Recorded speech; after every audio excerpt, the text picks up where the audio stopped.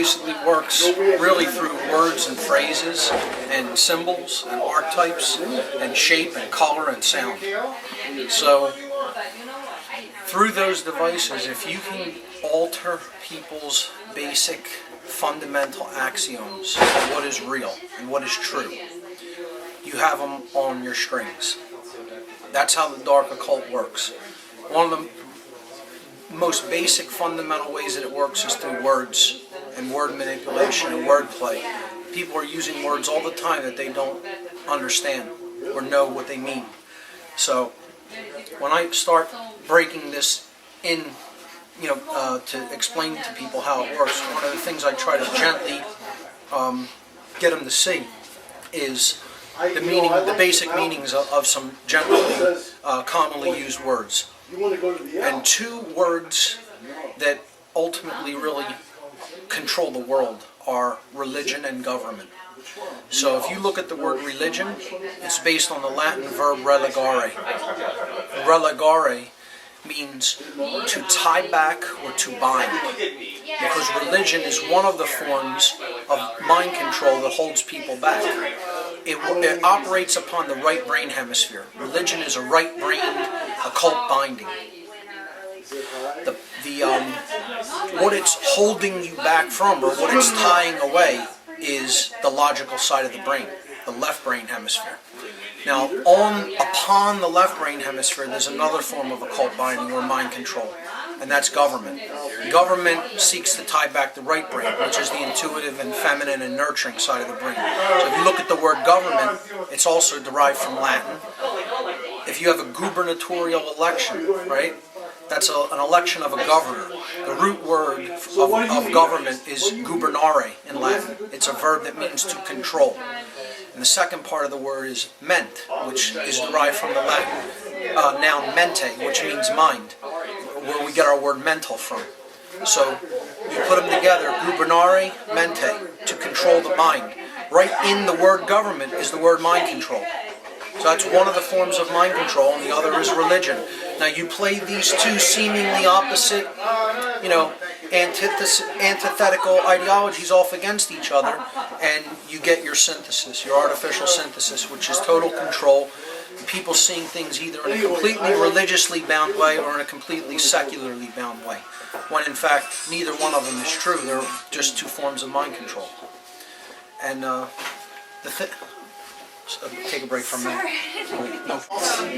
So what they're really played off against each other through is money. Money is always involved in both government and religion, and it's involved in controlling people no matter whether they're religious or secular. And the very word money is a form of mind control. Money is a proxy.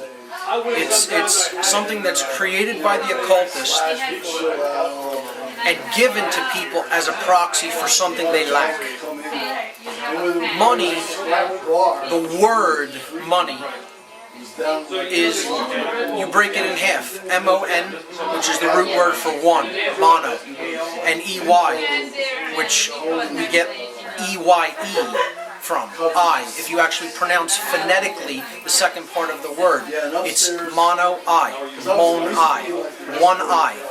The one eye. So it's a proxy for the vision that is acquired through the opening of the one eye, the pineal gland in the center of the head, the all-seeing eye. The stone the builders rejected in Freemasonry. Money is given as a proxy to people who lack this inner sight, as a proxy for it, to say, here, take this instead of money, in place of it. The true money, in place of the one eye being open, take this and use this and look at this as your value and your worth and your way to acquire things in the world. And it's right on the money itself, on the printed bills, is a symbol of the one eye, which I don't have time to get into now, but because that'll take it could take an hour to break down the entire seal on the reverse side of the Great Seal of the United States, the symbol of the all-seeing eye in the pyramid. But they're placing the symbol of the one eye right on the bill that they call the one eye, okay? And they're coloring it green. So they're using frequency as well, because green is the middle of the visible spectrum. So again, they're giving that to you as a proxy for balance and centeredness. Okay, the one eye is in the middle of the head. Okay, it's in balance. It's in the middle. It shows you truth. It brings balance when it is awakened, and there's chaos and imbalance when it is closed.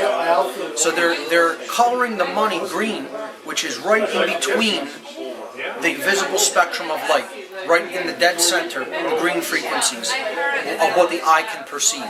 So that's why they use that color on American money.